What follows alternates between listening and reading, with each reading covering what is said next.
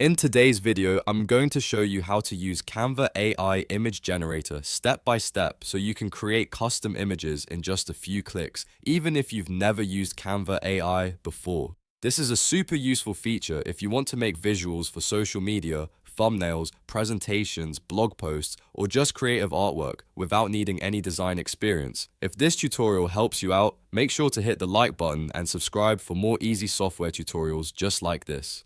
Alright, let's jump right in. First, open Canva and log into your account. Once you're on the Canva dashboard, look over to the left-hand menu and click on Canva AI. This is where Canva's built-in AI tools are located, and it's the fastest way to start generating images directly inside the platform. After clicking Canva AI, you'll see different options available.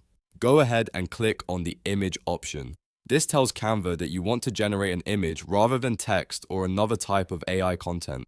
Now, in the prompt box, describe exactly what you want Canva to create. For example, you could type something like, create an image of a beach, but you can be as detailed as you want. You can include the style, colors, mood, lighting, or perspective to get results that are closer to what you have in mind. The more specific your prompt is, the better the image usually turns out. Once you've typed your description, wait a few moments while Canva processes your request and generates the image. Depending on the complexity of the prompt and your internet speed, this may take just a few seconds. When the image appears, take a moment to review it and make sure it matches what you wanted. If you like the result, hover over the generated image and look for the download icon. Click that download button to save the image to your device.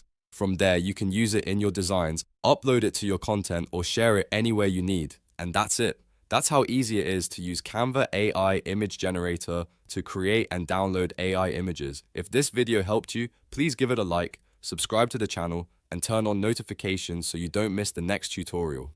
Thanks for watching, and I'll see you in the next one.